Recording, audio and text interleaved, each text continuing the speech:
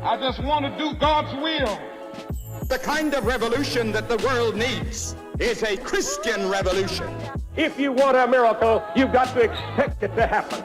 You are the recipients of God's grace and God's blessings, and you rejoice in that reality.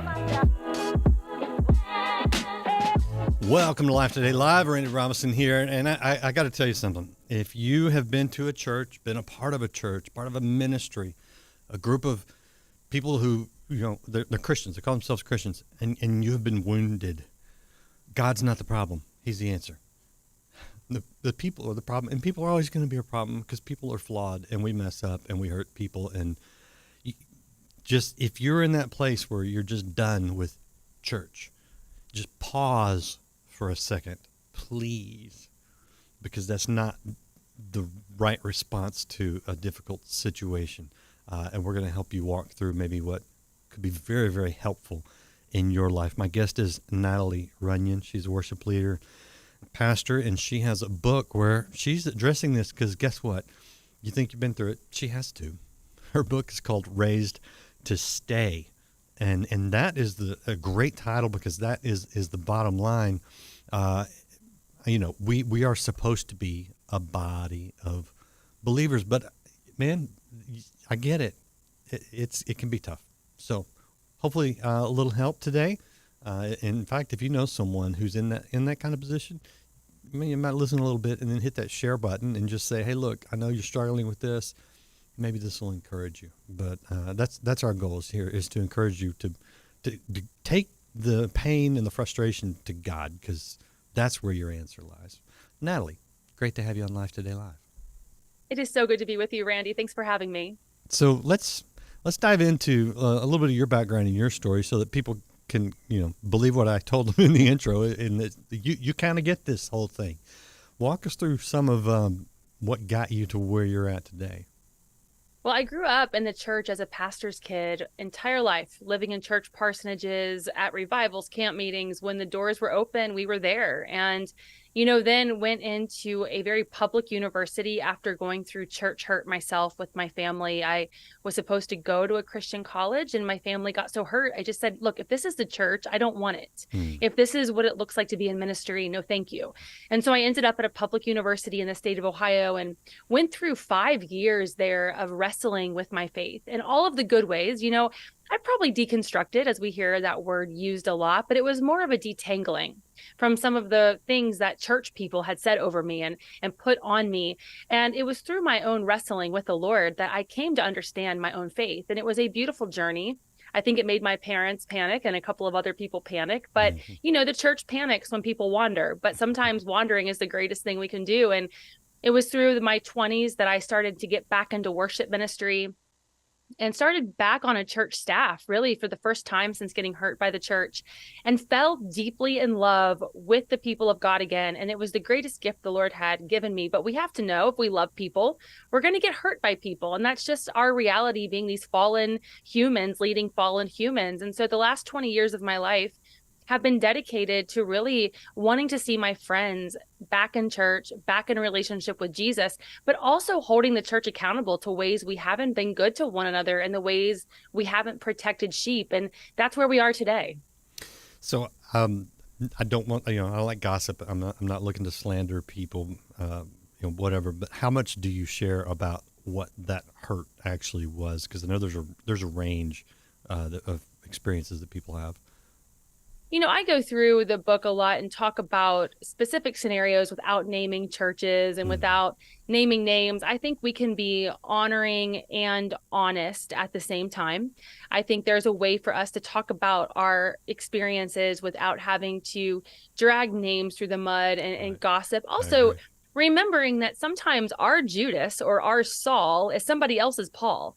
And just because somebody hurt us or a church hurt us doesn't mean that they're going to do it to anybody else. And so I really try to protect names, denominations, places, things like that, because I don't want to be divisive. I do want to be informative. I do want to make connections with people and let people know I'm legit, but without taking it too far. Right. So what I'm curious about though is what did it look like to you? Was it like judgmentalism that was directed at you? Was it Was somebody slander you? That kind of thing. What was the hurt on your end? So for my parents, one day we showed up at church. We just show up at church, and we lived in the church parsonage, and we're told this is your last Sunday. There was no warning. There was no conversation. It was just, hey, you're done. And we had nowhere to live. We had nowhere to go. There was no severance. There was no, let's take care of this family. I was a senior in high school, and we had to pack up, and we went and lived in an efficiency apartment over a barn at somebody's house that we owned. And so I felt like David running from Saul. I was like, why do we do this? And so that was really at 18 years old. Those are formative years. Yeah.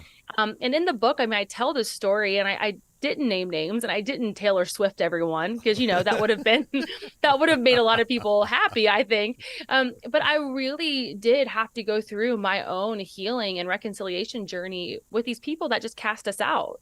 Well, yeah. I mean, hilarious. Okay. So when Paul's been converted, received, the message, the gospel from Jesus himself on the road to Damascus. And it's like 10 years, or depending on how you count whether you count the 3, 11 to 14 years, till he goes actually to the disciples and is like, this is what I'm preaching as the gospel. Will you guys cool with that? And they're like, they affirm him. They give him the right hand of fellowship, right? And they go, oh yeah, one more thing.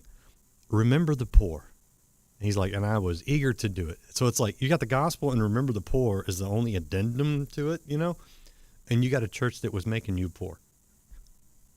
Yeah. And I think that as organizations, we should protect our pastors. We should protect the families that are taking care of the sheep. And so it really just gave me this fear of, if every time I go into a house that's supposed to protect me, will I be betrayed too? Yeah. And so it started this kind of not trusting leadership, not trusting organizations that had raised me. And that really hurt. Curious, did you see God's faithfulness to your family during that time, after that time? I mean, over and over again. I remember watching my dad look for jobs for the first time in my life, and waking up to the sound of that yellow highlighter squeaking jobs on a newspaper, and watching him go to work for a car dealership and being a used car salesman, and just going into then college and wrestling with my faith in my own sister and my mom, and the way that God showed up individually in our family to provide, to bring healing, to bring restoration and reconciliation where it needed to be. And I'm happy to report that when we moved back to Kentucky this year, my parents are attending that very church that hurt them, and they're helping to pastor the pastors. And so 30 years later, we can see how God does finish what he starts. And, it was painful, it was awful, but God showed up in the most beautiful ways. That's very interesting. And it doesn't surprise me, really, to be honest. What about, there's several facets to situations where someone has been hurt in a church. One of those would be the accountability, and I whether you want to apply it to this specific situation or in general. I'm just curious, how do we hold people who are in a level of spiritual authority accountable without being gossipy, destructive, touching God's anointed, one of the most abused verses in Scripture, right? Have you thought about that a lot? I'm sure you've had to deal with this. Well, being on church staff, I mean, I've been on many church staffs over the years. The Lord uses me a lot of times to go in, and I don't like this. I don't like that I can go in as a pastor's kid and see where there is some trouble, if you will. I always say I didn't choose the thug life. The thug life chose me. It's really unfortunate to be able to go in. But what I've learned about church culture and church staff is that a lot of times there could be an abusive leader or someone in position, and everyone is so afraid to say anything because they don't want to get fired. And so what happens is you have then a bunch of staff who would rather quit than contend for healthy culture. And what I am challenging churches to do is to make sure that every pastor has a board, an elder board, that there is accountability over those leaders, and that if a staff person reports something to HR or to different levels of leadership, that it's believed the first time. And I believe that when we start taking all of these things seriously, when they're brought to leadership, that we can begin to investigate sooner, and the abuse cycle can stop should there be abuse happening on that church staff. But we have to facilitate healthy church environments so that our staff feel safe to speak up. Yeah. At the same time, there's this, you can go overboard, I think, because sometimes, I mean, I've seen a situation where a pastor, he does something, you go, that probably wasn't the best way to do it, and someone else is like, oh no, he's an abusive, and you're like, I think that's a bit much, but yet then there are situations where there's flat out horrible abuse. So I mean, again, the gamut. How do you know if it's just people's imperfections, people who love Jesus who still make mistakes, or someone who's manipulative, abusive, power hungry? How do you navigate the differences there? Because I do think you've got to treat those situations completely differently. Absolutely. And there's a huge difference between there being wolves in sheep's clothing, right, and then sheep crying wolf. And we have both happening. We have both happening in the church. So what I've really relied on is discernment. And I believe that nobody should go on to a church staff if they don't ask the Lord for more wisdom and more discernment. Because what happens is we become suspicious really quickly. And suspicion is discernment masked by fear. So if we are not healthy, if we are looking for there to be something to be wrong, if we are a gossip, if we are incapable of discerning the spirits, then we absolutely will go into suspicion mode and begin to create division, when really a Matthew 18 conversation would settle the matter. But you're right, because we have this huge gamut right now on social media, all the documentaries coming out, people are going into churches with secondary church hurt. It hasn't even happened to them, and they're expecting it to happen to them. So that is why we have to be wise as serpents and gentle as doves as leaders, and also as a church staff leading imperfect people. Help me out. What's a Matthew 18 conversation? Oh, the going to your brother and yeah. So well, now walk through that if you don't mind, for people who are like, I still don't know what that is. So the Matthew 18 principle is just making sure that we handle healthy conflict in a biblical way. So we go to the brother who hurt us, the brother or sister who hurt us. We say, hey, when you said this, when you did that, I don't believe that this was your intent, but could you help me understand what you meant? And if it truly was an offense, which my friend John Bevere calls the bait of Satan, then hopefully together in that conversation, we can unpack, whoa, that was an offense. I didn't mean that. Please forgive me. And we can hug it out and move on our day. However, if it's truly a problem, then we take it to the next level of leadership, and then we bring in another group. And that's why the church is a beautiful body, is that we're able to do this in a way that doesn't cause more chaos, but begins to bring light into darkness, because the enemy is out to kill, steal, and destroy and divorce the church.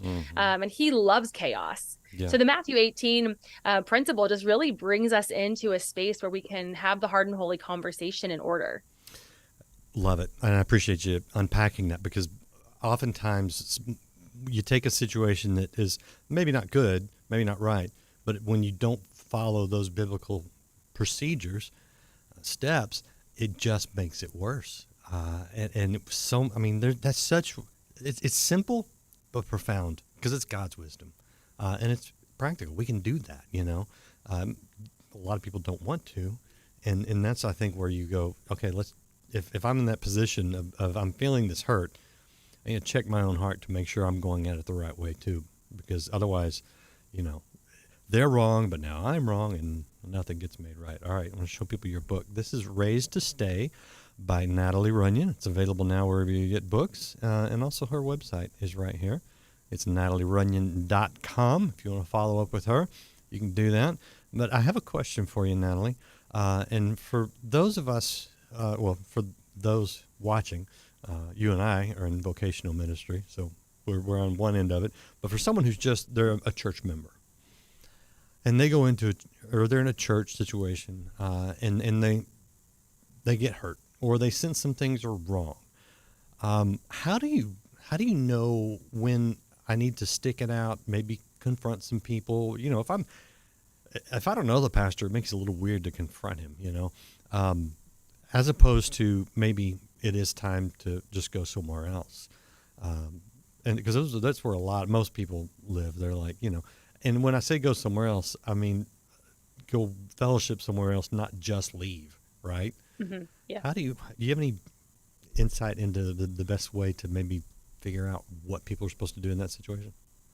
It's a question we get asked every day in the Raised to Stay community because people really do have a heart to stick it out. Nobody likes leaving a church. I mean, finding a new church is hard. Finding a new church takes time. And I believe people truly do love their church families. And so when something happens that is difficult to understand, or when a leader falls or there's a failure, I think the Lord is so kind in that he gives us wisdom to know if we're to stay and help to be a bridge in that environment, or if he's gracing us to not leave, but to go and to be released into a new season where maybe we aren't equipped to handle the situation that's presenting itself before us. And he's graciously giving us an opportunity to move on to a different ministry or opportunity. But what I always tell people is, you need to pray and fast. You need to spend time in the word. And if you need to get a counselor or seek spiritual direction, there are so many amazing resources that will help us unpack what's happening without it turning into gossip, without it turning into me going to another person on the staff or in the congregation and stirring the pot. And so I really believe that God gives us this peace that passes all understanding to let us know if we're to remain in position there in that church, or if he's giving us the freedom to go and to maybe try a different, body of believers in that time. And it's never easy. It's never going to be easy. That is for sure. Yeah, we did it a couple of years, not because of problems, but because we physically moved across town. So now I'm an hour away from my 19-year church. And you're right. I mean, it's like, we actually enjoyed it. But there was one church that we visited upon recommendation that my wife and I, we almost sprinted to our car afterwards, like, oh, no, something's going on here and we don't like it. But you know what? We ended up at a wonderful place and gotten to know a pastor. And I found out pretty quick they're not perfect, but I do know they love Jesus and they want other people to love Jesus. And I'm like, I'm cool with that. And we actually, it's been great. But it can be a challenge, especially, I mean, I'm here in Texas. We got churches on every corner, so I have a lot of options. For some people, it's difficult, and we see that. I do want to ask you, as you have been the person who talks about this, and I get the Barna stats on whatever label we want to put on generation, whatever. The point is that there are a lot of people who don't go to church or have left the church. We've seen it, and I don't know what it is about the music industry, but there's all these musicians who are like, oh, I've deconstructed my faith, I'm not a Christian anymore. And you're like, there's just a lot of weirdness going on. What are your thoughts when you see people leaving the church or leaving the faith, whether it's for a hurt or not? It breaks my heart. These are my brothers and sisters. These are people that are gifted and talented and anointed and called, and the enemy has gotten a foothold somewhere in there. And I can have a choice. I can either be frustrated and have righteous indignation and plant my feet in the ground and defend the church, or I can turn to wonder and I can ask my friends, I wonder what happened to you, or what happened in your life that has brought you to this conclusion. And understanding that listening is a beautiful ministry. And while my heart, my heart's broken because I want them to know the God I know, and I want them to know the Jesus that I know. And I want them to love the church the way that I love the church. But God is the great hound of heaven. And so if I can turn to wander and become a really good listener and love them where they are, I have no doubt the Holy Spirit is going to bring them back into relationship with him and his church in time. And so God is not in a hurry with our healing. And so I have to be really conscious to not be in a hurry with other people's healing as well. And that takes a lot of prayer and empathy, a lot of empathy. And you know what? As soon as you do that, because I agree with you 100%, you get other people that really annoy me saying, well, you're not hard enough on them. You haven't condemned them like I have. Does the condemnation culture in the church drive you as crazy as it does me? Yeah, because Jesus didn't come to condemn the world, so why would I? Yeah. Right? That wasn't his job. Yeah. My job is to continually point people back to Jesus. That's my job. Love God, love people, go and make disciples. When we get off mission, we remember we have three things: love God, love people, go. And if we can remember that, then it takes all of this trying to decide who's a sinner and who's not off of our plate. Yeah, and that's not a substitute for discernment to know what is sin and what is not. It's just, boy, there's something to it, you know. Is there? You mentioned righteous indignation, and we talk about righteous anger. Is our indignation or anger ever righteous? I just wonder.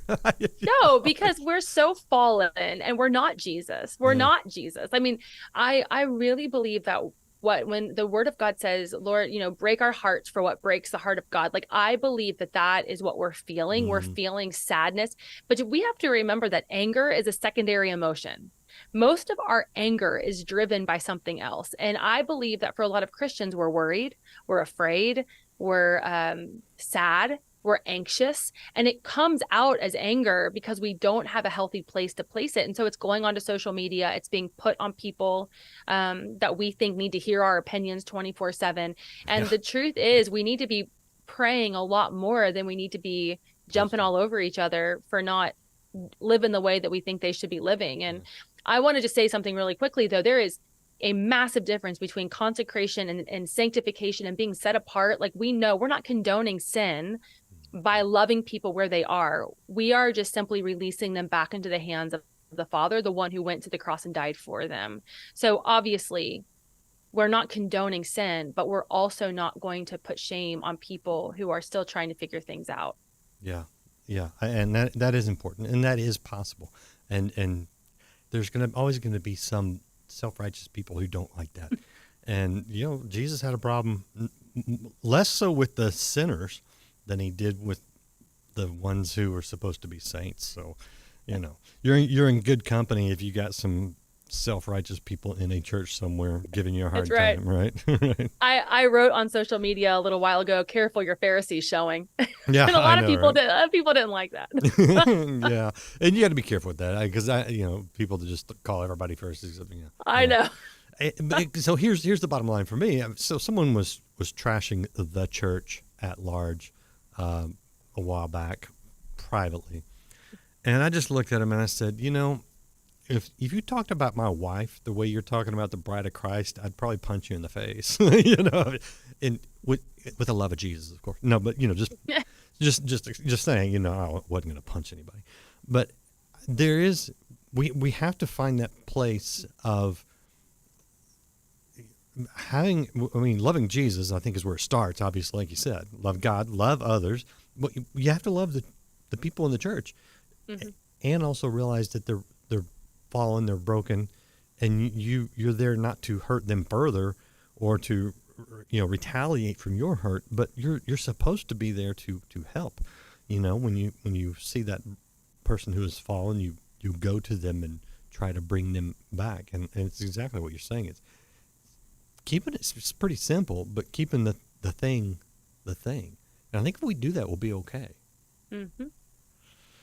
I travel all over to churches right now, and I am so happy to report that the church is good. The church is doing good things, and there are good pastors and good leaders and good congregations, and I leave better after being in community with these different churches. And when I look at the book of Acts, I see a beautiful blueprint of what a healthy church looks like. And it's a church that is built off of mission and the promise of a Holy Spirit that is with us and dwells in us. And I believe we're going to see a radical remnant rise up and be louder than all of those voices that are trying to, be hated on the church. It's no different. Paul warned us about this. Paul was like, look, I've been shipwrecked. I've been betrayed by brothers.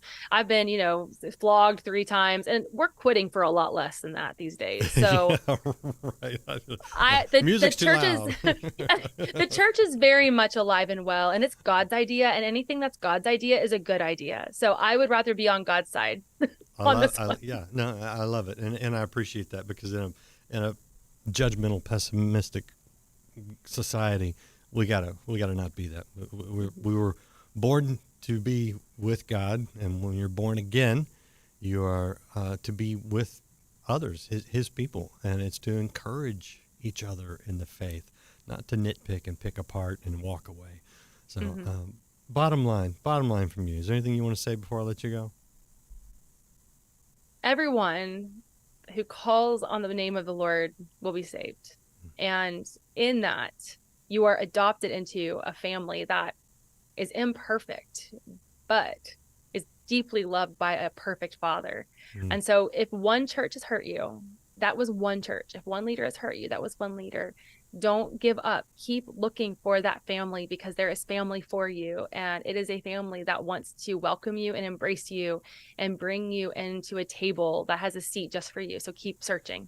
Yeah. We were made for community, and God's community is better than the world's community, and it's way better than isolation and loneliness. Thank you again.